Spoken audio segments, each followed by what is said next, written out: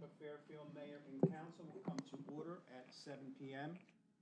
The meeting is being broadcast on channels 34 and 43 and the Township's YouTube channel, Township of Fairfield, Essex. Please stand, join me in the Pledge of Allegiance.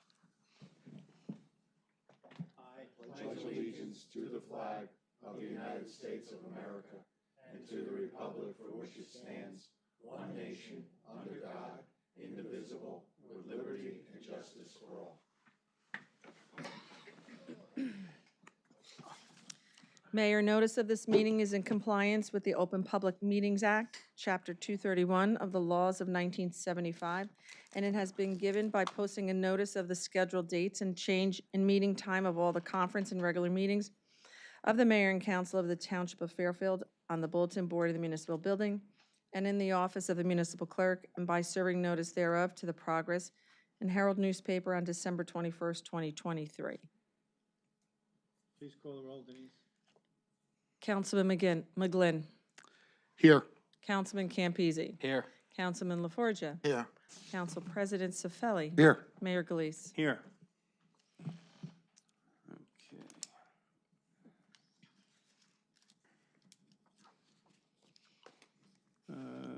Let's see. Give me a second. I lost my agenda. Just take mine? No, then I won't have my notes. Oh, okay. All right, there it is. Okay. Public comment on agenda items. The public may come forward specifically to ask questions on items on this agenda only. Anyone wishing to be heard, come forward, state your name and address for the record. Seeing no one, we'll close the public comment session. Okay, the library board, let me tell you, there's just too many things to name. September, there's so many things going on. To see the new website and the programs and events, follow the link on Fairfield's website under Community in the menu, and it'll bring you to the library website. I've been getting questions about that, being asked about how to get there. And that's the easy way. Just go to the menu on the Fairfield website, go to Community, and it's right there. About the police department, I guess most of you are aware at this point that one of our officers, Officer Jimmy Champy, is currently fighting a cancer diagnosis. And I just wanted to touch on this because, you know, most people are aware of this. He's really experiencing his health issues. But to me, it's really gratifying to see the entire town rallying around this individual. It's unbelievable, the things that were put together by the police department and by those involved who really care about this. And it shows that we really are a family. And I know I can speak for the entire council, wish him a speedy recovery. And I think he knows by now that, I mean, that's the mantra that's going around. He doesn't have to fight this alone. Just so you're aware, there's a new website that's been launched that includes the details for everything relating to Officer Champy. You can go to www.champystrong.com to see how to purchase merchandise, donate, and see all the upcoming events that will be hosted to benefit our Officer Champy. We ask that you continue to keep Jimmy and his family in your prayers. Okay, that's all I have tonight for the library and the police department. President Cifelli? Thank you, Mayor.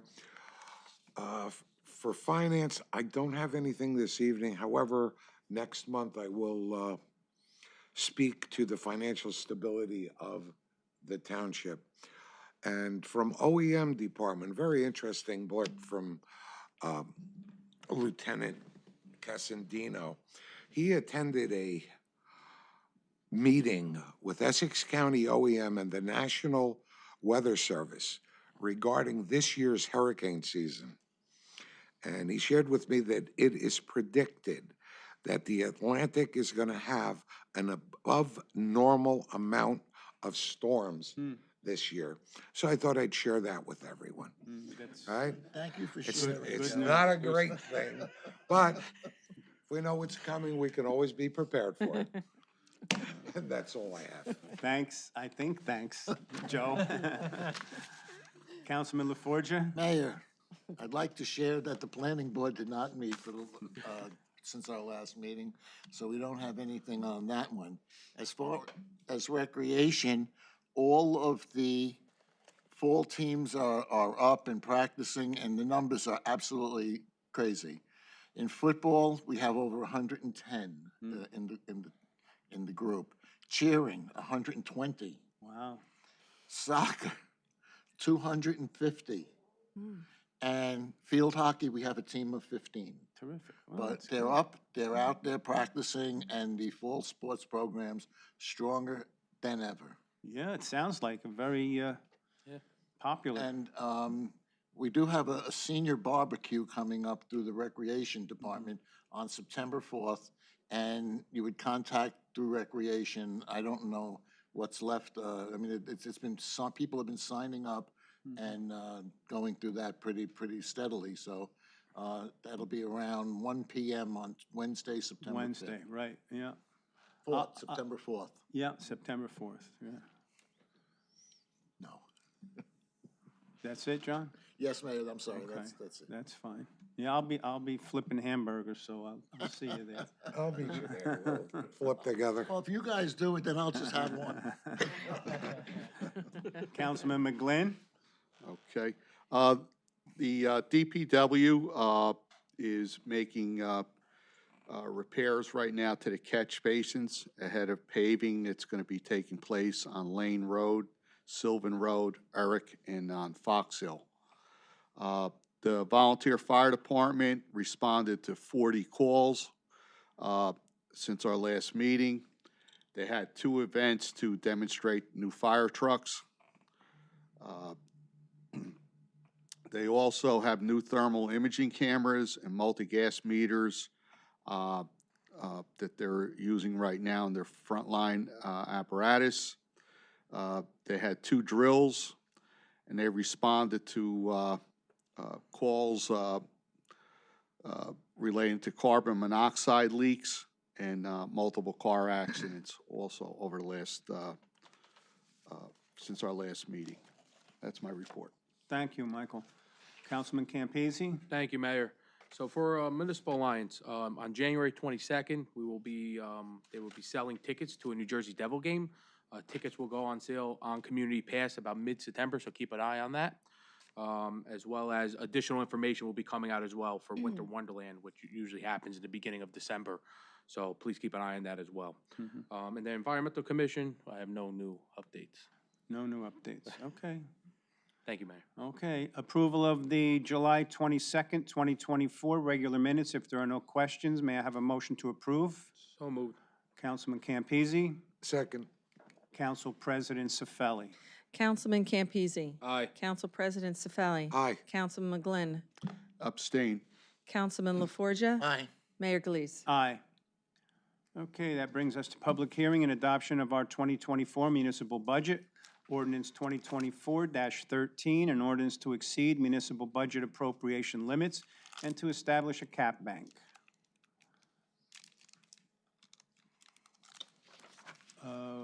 Can I have a resolution to read the budget by title? No, Mayor, we need to open the public hearing on ordinance number 2024-13 for public hearing. For public hearing.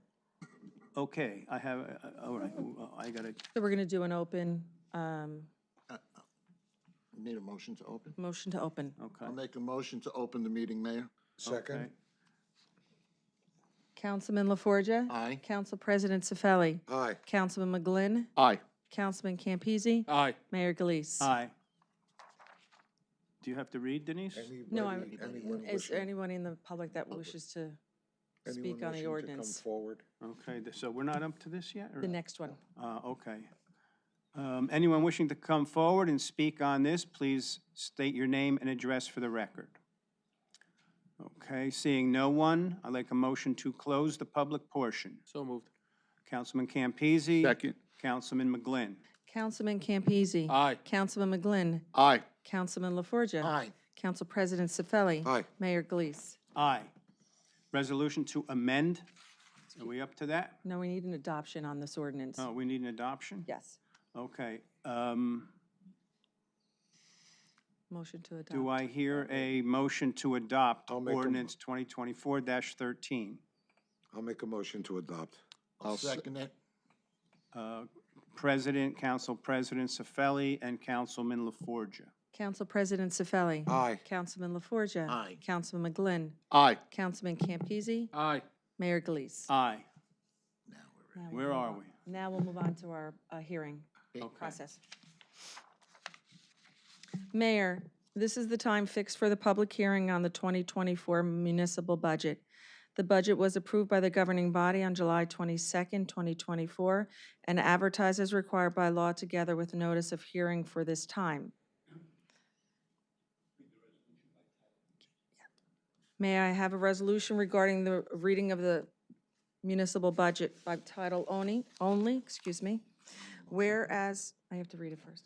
Whereas NJSA 40A:4-8 as amended provides that the budget as advertised shall read in full at the public hearing, or it may be read by its title only if, at least 1 week prior to the date of the hearing, and at the hearing, a complete copy of the approved budget shall be made available for public inspection and shall be made available to each person upon request.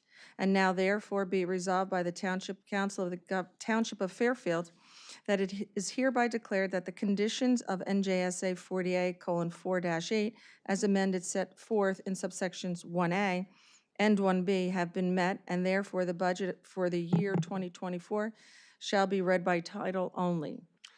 I offer the foregoing resolution and move its adoption. Do we vote on that, or we just? Yes, we adopt? do. Okay. Need it. Can we So have need a second. motion to adopt? Second. I offer. He to made the do- motion. I made the second. Okay. Council President Cifelli. Yeah. Aye. Councilman LaForgia. Aye. Councilman McGlynn. Aye. Councilman Campese. Aye. Mayor Glees. Aye. Resolution is adopted. Before opening this hearing, I wish to outline the procedure. Each person desiring to be heard will rise and give his or her name and address before speaking. I will recognize one speaker at a time in order of rising as nearly as I can determine. Address all questions to the chair. Where necessary, they will be referred to individual members of the governing body or municipal officials. Questions must be confined solely to the municipal budget before us. School or county matters are not proper subjects of this hearing and cannot be discussed or answered here tonight. I now declare open the public hearing on the 2024 municipal budget. Observing no further applicants from the floor, I will entertain a motion to close the hearing. Motion to close. Second. Councilman LaForgia, Councilman McGlynn. Councilman LaForgia. Aye. Councilman McGlynn. Aye. Councilman Campese. Aye. Council President Cifelli. Aye. Mayor Glees. Aye. Mayor, I have a resolution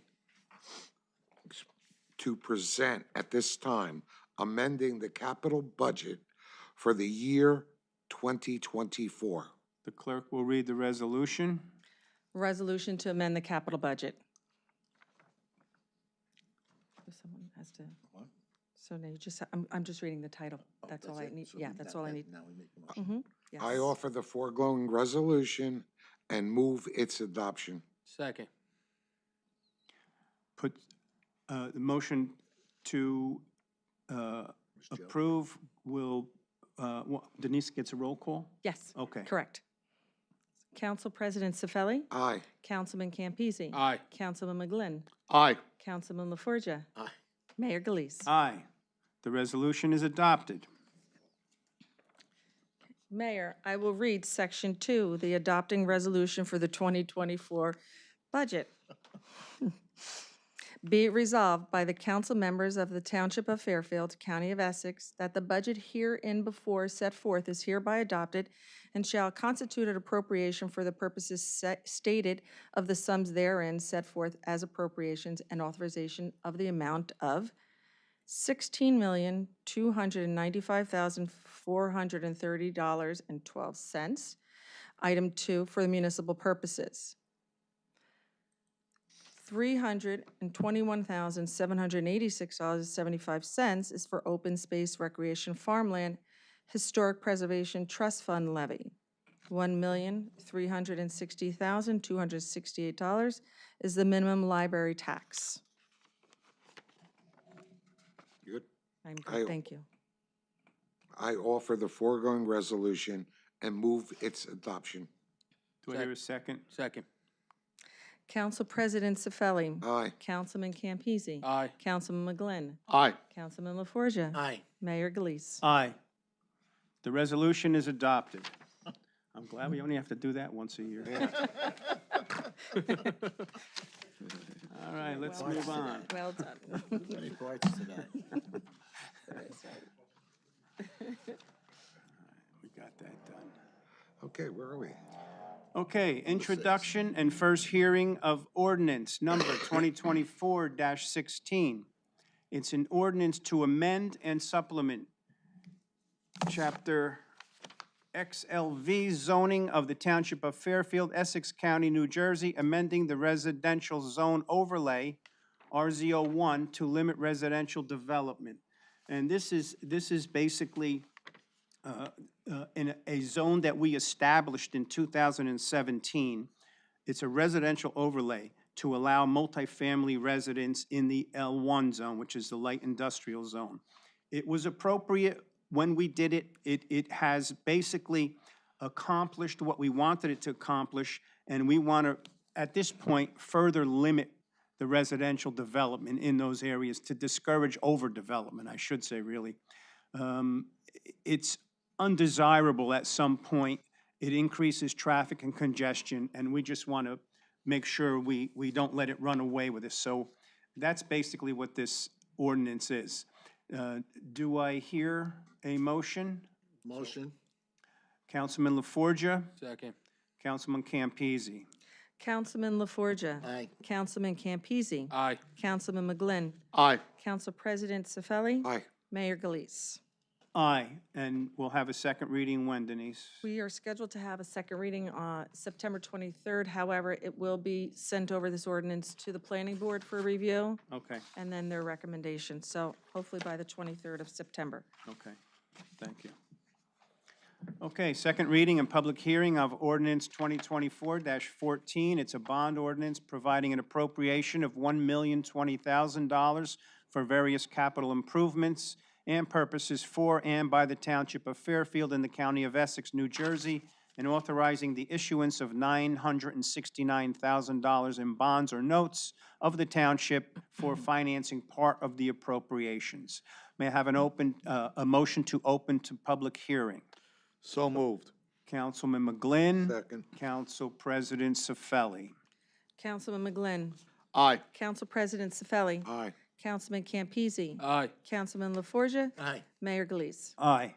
Anyone wishing to speak on this ordinance, please come forward, state your name and address for the record. Seeing no one, may I have a motion to close the public portion? So moved. Councilman LaForgia, Councilman Campese. Councilman LaForgia. Aye. Councilman Campese. Aye. Councilman McGlynn. Aye. Council President Cifelli. Aye. Mayor Galise. Aye. At this point, if there are no questions from the council, I need a motion to adopt ordinance 2024-14. So moved. Second. Councilman Campese, Council President Cifelli. Councilman Campese. Aye. Council President Cifelli. Aye. Councilman McGlynn. Aye. Councilman LaForgia. Aye. Mayor Galise. Aye. Okay. G, ordinance 2024-15. It's an ordinance of the Township of Fairfield, Essex County, New Jersey, rescinding ordinance 2024-12 and amending and replacing Chapter 2, Section 11.2, Department of Police, Probationary Police Officer, Eligibility, and Appointment of the Township Code. May I have a motion to open to public? So moved. Councilman McGlynn, Second. Council President Cifelli. Councilman McGlynn. Aye. Council President Cifelli. Aye. Councilman Campese. Aye. Councilman LaForgia. Aye. Mayor Galise. Aye. Anyone wishing to come to speak on this ordinance, please come forward, state your name and address for the record. Seeing no one, may I have a motion to close to the public? So moved. Councilman LaForgia, Second. Councilman Campese. Councilman LaForgia. Aye. Councilman Campese. Aye. Councilman McGlynn. Aye. Council President Cifelli. Aye. Mayor Gelise. Aye. If there are no questions, may I have a motion to adopt ordinance 2024-15? So moved. Council President Cifelli, Second. Councilman Campese. Council President Cifelli. Aye. Councilman Campese. Aye. Councilman McGlynn. Aye. Councilman LaForgia. Aye. Mayor Gelise. Aye. Okay, that brings us to the consent agenda. Administration Department resolutions. A, appointment of Gail Batone as a member of the Historic Committee to fill the unexpired term of Muriel Shore's two-year term from 1/1/24 to 12/31/2025. Congratulations, Gail, our sole audience tonight. B, resolution renewing an agreement between the Township of Fairfield and Wildlife Preserves regarding wildlife management for Great Peace Meadows. C, authorization to renew the service agreement with Verex Global Conferencing and Communication Solutions for the audio-video recording equipment in the council chambers in the amount of $12,800. D, authorization to install lights on 2 township vehicles from GTBM in the amount of $3,055.50. E, resolution of the Township of Fairfield vigorously opposing the industrial offshore wind project. Maybe I'll take 2 seconds and just explain that a little bit. Governor Murphy is pushing for 2 massive offshore wind turbines on our public, right off our public beaches and coastline. In exchange, we'll get electricity rate hikes, and I don't think that's a fair exchange. It might damage the environment, marine life, the state's fishing and tourism industries. It's just, to me, it's just not a good thing. And we offer our resolution to the state legislature to put a halt to all this offshore wind project. And that's really what that is in a nutshell. I'd like to weigh in, if I may. Be my guest. I should say, I wanted to say, I had the pleasure of, but I didn't have the pleasure of, when hunting in Montana some years ago, 3 or 4 years ago, I was up in Montana, and they have quite a few of these wind turbines, and they're building more and more of them. I had an opportunity, to get up close and personal to these wind turbines, and quite honestly, I was appalled at the amount of birds that fly into these blades, including bald eagles, flying into these blades and just being cut up. And you'll see them laying all around the base. Along with that, the oil that the turbine unit on the very top leaks, right? I was really, I wasn't, all I can say is I was really appalled by it, right? And I think about these coming out to New Jersey and destroying our seabirds out there and dropping this oil. I don't know exactly if it's petroleum-based oil or what type of oil it is, but I don't like the idea that it's going to be dripping into the oceans where I fish. And I thank you for giving me an No, opportunity. I don't think throw it many, in I there. don't think many people want it there, but, Right? Along with that, they've been, I have a house down the shore on Long Beach Island, and as they've been doing sonic testing of the bottom of the ocean, right? All of a sudden, as soon as they started doing this, there's whales washing up all over the coast of New Jersey. We never had whales washing up, right? But they're using, I guess, microwave or whatever they use, sonar to map out the portions of the ocean where they're planning on putting the basis for these wind turbines. And I think it's been my own personal opinion, right? I think it's been the cause that so many whales have washed up on our beaches in the past couple of years since they started this project, right? And thank you for letting me weigh in. Sure, no That's all I problem. have to say. Okay. All One right. man's opinion. Mayor? Yeah. I take it other communities are also. Other communities are, yes, okay. it was sent to me by League? another mayor. Did it come through the league? Yeah, and he requested that anyone in opposition adopt the resolution, and we Absolutely. gladly have Absolutely. have done so. Okay. F, authorization for Safeway Contracting to install a new roof on the firehouse headquarters building. D, Building Department Resolution G, authorization for a lease agreement with Electronic Office Systems for 2 copiers in the Building Department in the amount of $567.73 per month.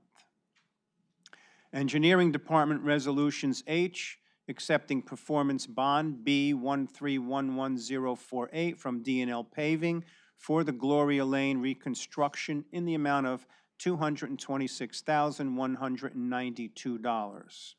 I, accepting performance bond GM 234959 from Get a Can in the amount of $385,800. Finance Department Resolution J, authorization to renew service contract and the execution of a disclosure dissemination agent agreement with Digital Assurance Certification in the amount of $1,500. Fire Department Resolution K, authorization to repair Engine 1 from Fire and Safety Services in the amount of $23,373.73. Fire Prevention Resolution L, authorization to renew the annual maintenance contract with Pro Phoenix Corporation in the amount of $14,182.63. Police Department Resolution M, authorization for semi-annual payment for radio user fees from the New Jersey State Police in the amount of $3,542.50. Public Works Resolution N, authorizing public auction sale of leaf compost. O, authorization to hire A&C Plumbing and Heating to perform repairs at the police building in the amount of $1,673.64. P, authorization to repair DPW truck number 515 from North Jersey Truck Center in the amount of $1,521.18. Q, authorization to repair DPW vehicle 511 from Route 23 Auto Mall in the amount of $2,915.57. R, authorization to renew the annual maintenance contract with GenServe Township for 10 township generators in the amount of $8,480. S, authorization to hire Daniel Vidiello, a full-time repairman, grade 1, to work in the Water and Sewer Department, effective August 26, 2024. Recreation Department Resolutions T, authorization to hire Imperial Lawns for late spring lawn treatment at the Recreation Complex in the amount of $4,400. U, authorization for the Land Tech Group to perform annual maintenance on the turf field in the amount of $2,500. V, authorization to purchase playground mulch in bulk from J.A. Cruz Materials in the amount of $2,100. W, authorization to purchase custom signs for recreation baseball fields from Artistic Signs in the amount of $2,358.72. X, authorization to purchase a paint machine for the Parks Department from Store Tractor in the amount of $1,702.35. Tax Collector Resolutions Y through double F, as stated on the agenda. Municipal Clerk Resolution double G, approval of an off-premise 50/50 raffle number 2024-11 for New Beginnings for Tomorrow on November 4th, 2024. Double H, approval of a bingo raffle, BA 2024-02, for the New Beginnings for Tomorrow on November 13th, 2024. Double I, approval of an on-premise 50/50 raffle number 2024-12 for the Fairfield Knights of Columbus, Council 6380, on September 14th, 2024. And double J, approval of an on-premise 50/50 raffle number 2024-13 for Unico of Fairfield on September 5th, 2024. If there are no comments, corrections, or additions, I'd like a motion to approve the consent agenda as stated. So moved. Councilman Campese. Second. Councilman McGlynn. Councilman Campese. Aye. Councilman McGlynn. Aye. Councilman LaForgia. Aye. Council President Cifelli. Aye. Mayor Galise. Aye. Okay, Joe, you're up. Okay. Mr. McCluskey, our Chief Financial Officer, has certified that the funds are available. I'd like to make a motion to pay the bills with the exception of bill number 24-01865 in the amount of $9,852,533.46. Second.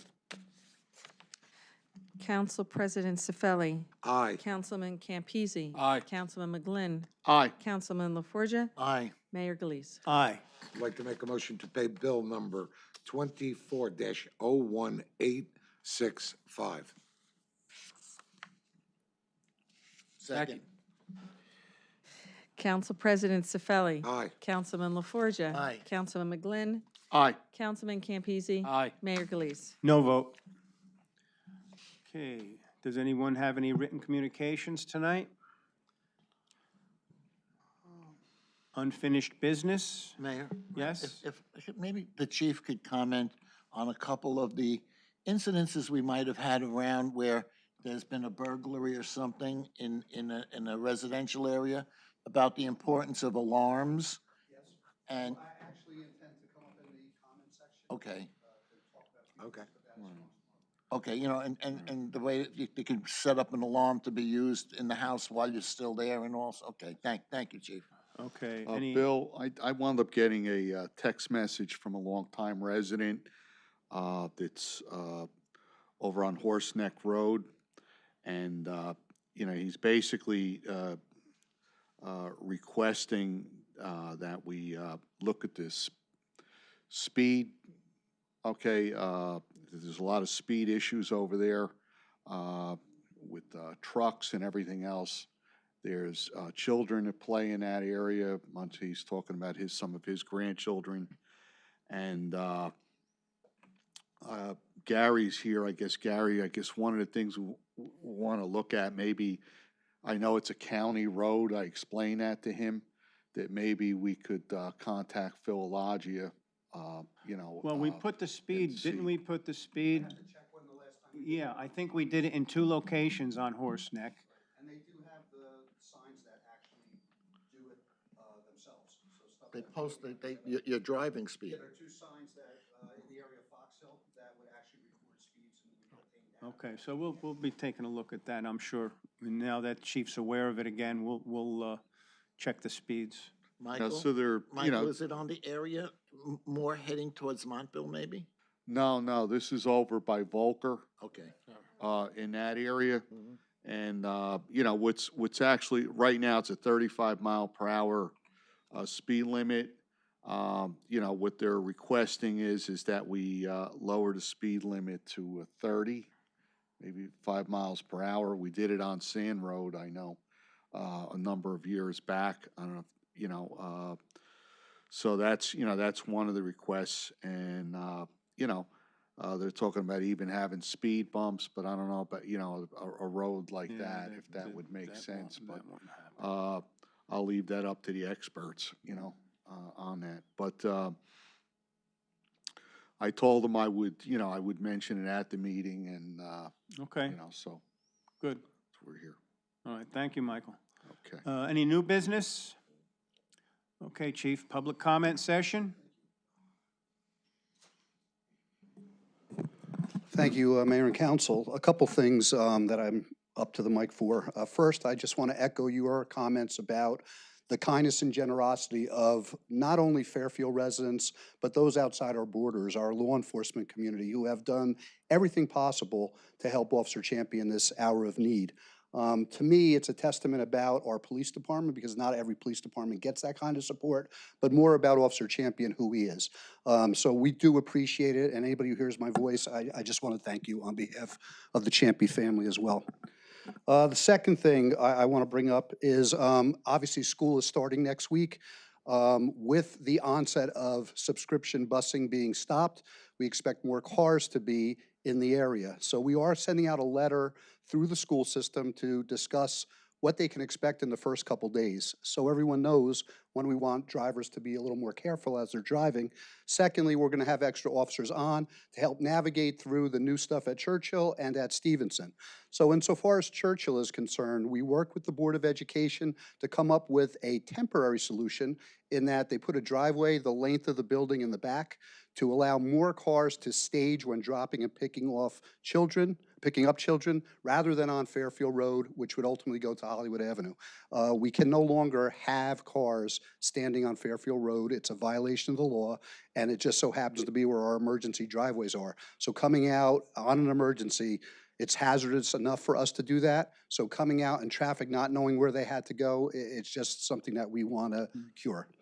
As far as Stevenson School goes, when we had COVID and in-class sessions returned, we saw, again, an uptick in how many people were driving students to school. And what we noticed was that when we allowed people to approach the school from Hollywood Avenue onto Long Acres, the cars backed up onto Hollywood Avenue in the area of the Bend, which is an unsafe location because people have to go around those standing cars into head-on traffic. So as was the case when COVID was in place, we are going to have all of the cars approach Stevenson School from Big Peace Road onto Long Acres. For the first few days, there'll be police officers there not allowing people to come that way and forcing them to go to Long Acres, but it gives us more of an area to stage the cars. We can go up Cole Road, and we could assist getting traffic out. Now, when you drop off your child or pick them up, you can go back out Hollywood. That's not a problem. But for us to stage those cars for pickup and drop off, we need that much room. And insofar as pedestrian and bicycle traffic is concerned, our intent, like last year, is to monitor that situation to see what use there is actually of children walking to school or riding bicycles to school. Last year, we did monitor it both at the beginning of the year and at the end of the year, and found that there really was not more than a handful of children on any given day. It wasn't even every day. Yeah. So we would monitor that, and if we see something that we feel might be dangerous, we would make our recommendations to the All township. right. No, I heard the same thing, Chief. The Board of Ed I was in contact, and they basically, or my contact said there was very little foot traffic and bicycle traffic.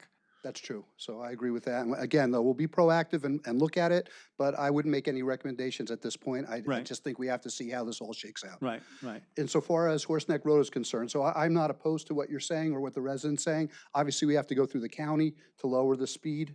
You would make that recommendation, and the county would have to pass it to be done. As far as the police department is concerned, I can increase patrols and speeding enforcement in that area to see if we could determine times of day and what the extent of the problem is. Okay, thanks, Gary. No problem at all.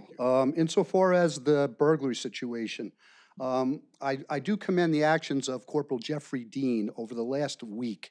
We had 3 major incidents. I know you're all aware of it because I send you texts, but I'm sure the residents are, because we're not a department that hides from those things. We actually want our residents to know when it happens.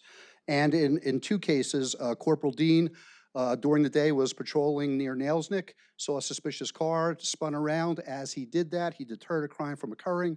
An individual ran back to what was a stolen car. He rammed our officer's car.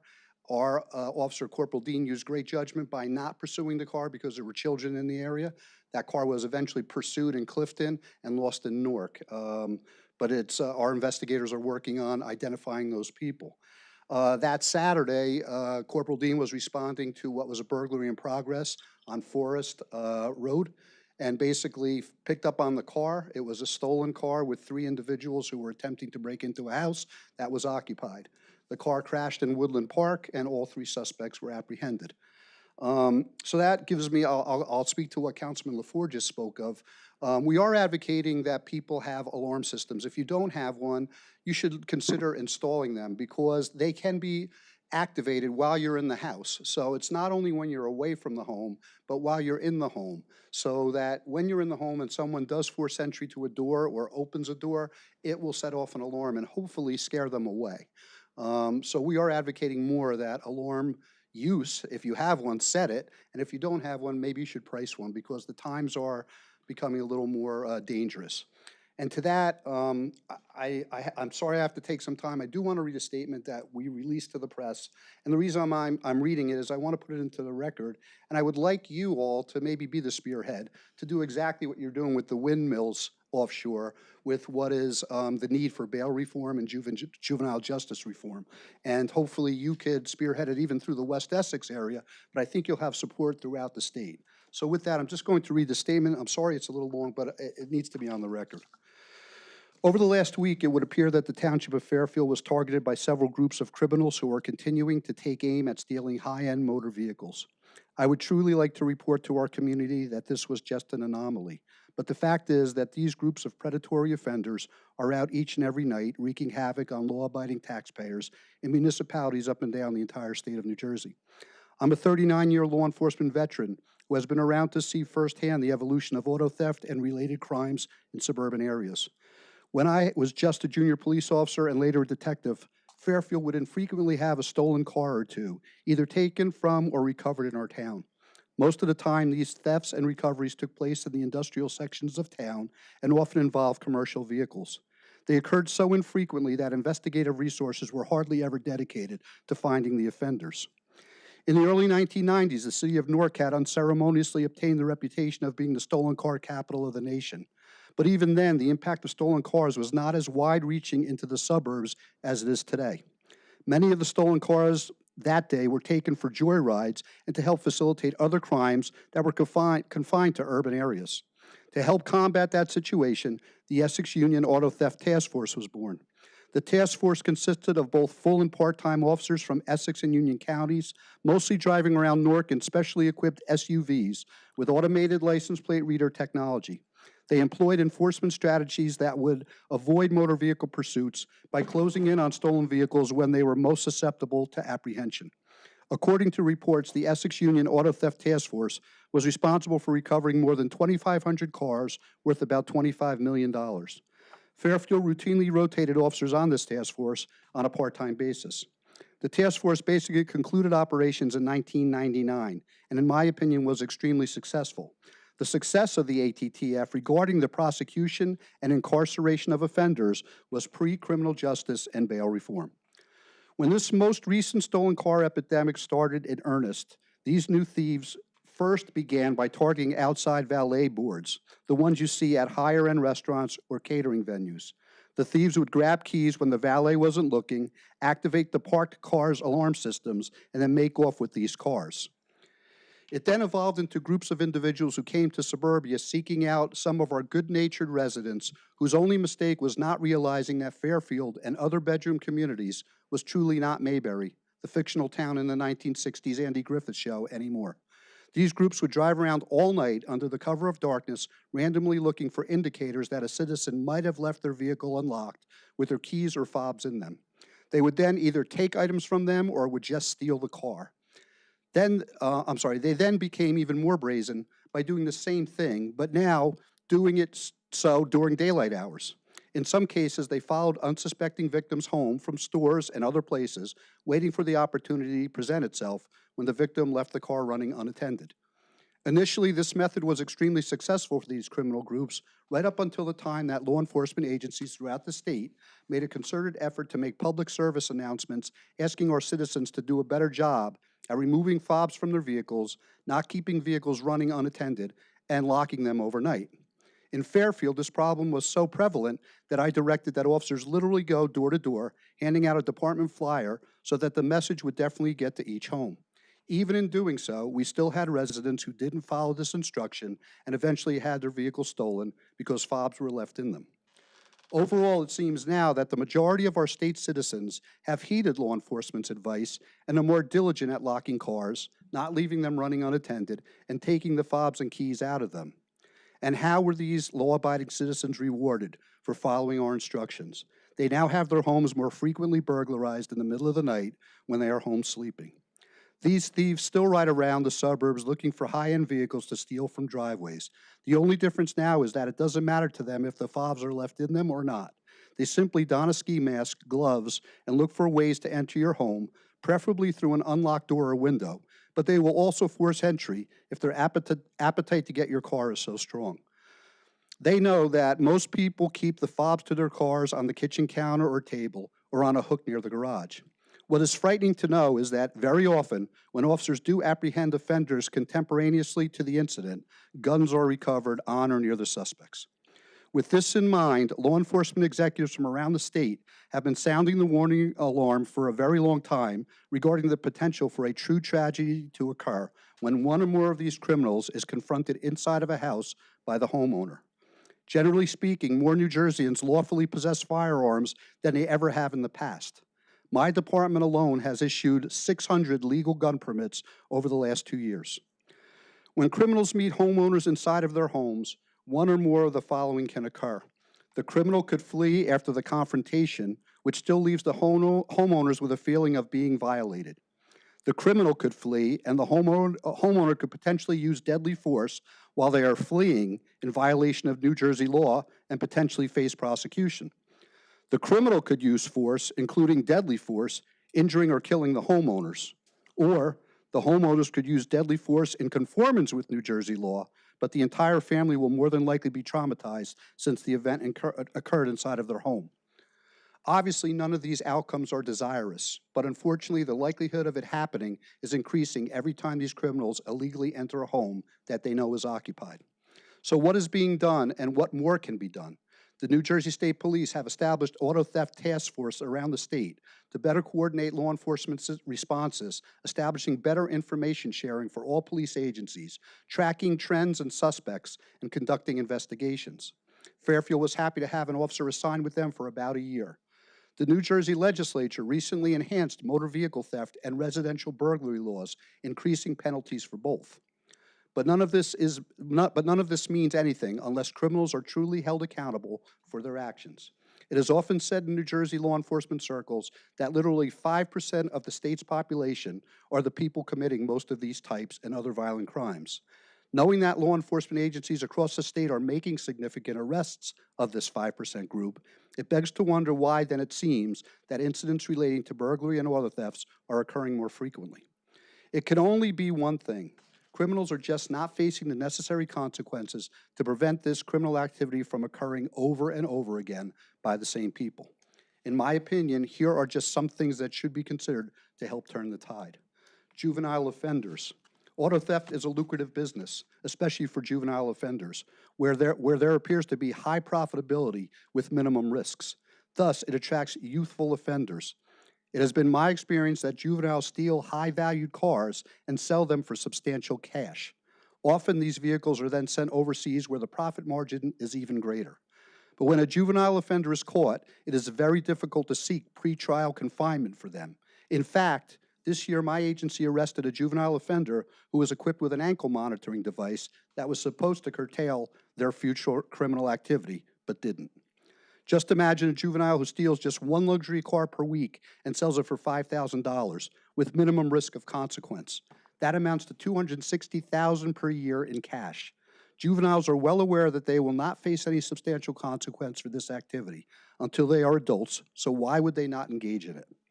Bail reform. In 2017, New Jersey's Bail Reform Act eliminated cash bail in favor of a risk-based system for pretrial detention. I absolutely agree that an indigent defendant should not have to be subjected to pretrial confinement simply because they cannot afford cash bail. But if we do in fact have a risk-based pretrial detention system, then I can tell you it does not appear to be working properly. My department has encountered many offenders who have committed severe criminal offenses in the past and are out awaiting trial and are still committing crimes. This erodes both the confidence of the public in the judicial system and deflates the morale of law enforcement officers who are making arrests of offenders who are out before an officer finishes their report. I can say for certain that the Fairfield Police Department and the dedicated professionals that make up the law enforcement agencies around New Jersey will continue to make the safety and service of our citizens our top priority. But I can also say unequivocally that our current revolving door justice system equally frustrates the public, law enforcement, and the judiciary. It seems to frustrate everyone but the criminals. They couldn't be more satisfied and happier with it. It is a sad commentary when it seems that more people are choosing to engage in criminal activity than those who are seeking positions in the law enforcement profession. So with that, I would again recommend that we draft a resolution, send it to our legislators, send it to the governor, and start a movement that puts an end to this. I couldn't agree more, Chief. Thank you. Yeah, Chief, I have one question. Sure. The Attorney General in the state of New Jersey is the chief law enforcement That's true. person for the state. What is the Attorney General doing about this? Well, again, I can't comment on what the Attorney General does, but I can say it's a legislative problem because bail reform and pre-trial confinement is been made into law. So even with the Attorney General who puts guidelines in place, I will say this, when the Attorney General asked for law enforcement's opinion about his new policy to pursue, he had a session. I was fortunately invited by our prosecutor to represent Essex. Right. And he heard what we said. It was to the point we could not pursue stolen cars, could not pursue burglary suspects. He, because that was a guideline that he put in place, he amended it to allow us to do that. So I'm not saying that the Attorney General himself is not in favor of doing things, but the legislature has to now create new laws that looks at bail reform and says that this risk-based system needs to be held to that standard. So someone who's out, with 3 gun offenses should not be out. It has nothing to do with financing. It has to do with the risk to the public. They're continuing committing violent crimes, and that is a legislative issue. I understand that, but does he bring that to the legislature? I'm His sure concerns and our concerns? I can say this. We bring, as the state chiefs, we bring our concerns to the Attorney General, but we also lobby our legislators to do the same thing. We see problems, and this is a big one. And that's why I don't think any municipality throughout the state would not agree for the need of bail reform. I just don't know that the state legislators in certain areas believe that that's a fair thing to do. And I personally, again, I think we have to look at this. When it was looked at initially. Yeah, the issue that I've heard from some legislators is that it's too expensive to incarcerate people. Well, But it's that really they expensive actually the other come out way. and say that, yes. It's pretty expensive. And when you turn around and look at the effect that it's having on the public, okay? And even children that hear these things and stuff and talk about it and stuff, all the stuff that's going on right now. I think it is a time that we need to, us as a governing body, but also, again, I go back to the Attorney General. As a chief law enforcement person in the state of New Jersey, I'm calling on them to be more vocal about this and step up and bring the legislature, get them a little bit more in tune to what's going on, because I don't think they are.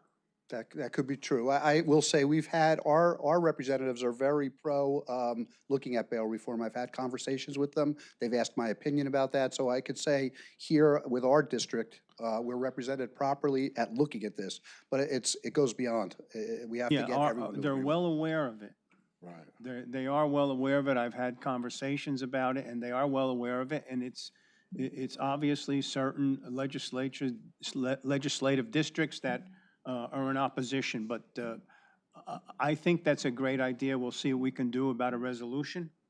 And Chief, if you could even send me what you have there, and that'd be great. Okay? And Chief, this is also just not happening. I know you said it in your speech, but just not happening in Fairfield. It's happening across all West Essex towns, including all surrounding, the entire state. So just so everybody understands that it's just not Fairfield. And Gary, looking for more municipality support, has the Chiefs Association gone to the league and see what they, if there's an avenue that they can address with them. Now that I'm on the executive board, I absolutely will make sure that we do that at the league. I have no problem approaching anybody from either side of the aisle to say, hey, listen, this reform needs it, and I'm looking forward to doing that. I think the state chiefs have been lobbying for that. There's just a lot of things that are in the criminal justice system that move slowly. There's more interest in curtailing police conduct, which again, you have to do both. But police conduct and criminal conduct are not being looked at the same, unfortunately. I mean, over the years, we've gotten many resolutions from, resolution requests that have been initiated through whatever the committees are at the league, which is coming up. Yep. And if you guys put something together to present to them, I'm sure it would be, I can't imagine it not being well received. Okay, I'll speak with Chief Russo, who's our president, and see that we can do that. Definitely contact them. Thank you. Thank you. Okay, the next meeting of the mayor and council, anybody else from the public wishing to be heard? If not, Mayor, can we prolong this meeting? yeah, I hear it. I hear it. Good, all right. We'll close the Anybody public else- comment anybody else session. got anything? Tell you in a second. Motion? Thunderstorm right now. Motion to adjourn. Motion to adjourn. Second. Councilman LaForgia. Aye. Councilman Campese. Aye. Councilman McGlynn. Aye. Council President Cifelli. Aye, Mayor Galise. Aye. Thank you, everyone. good night.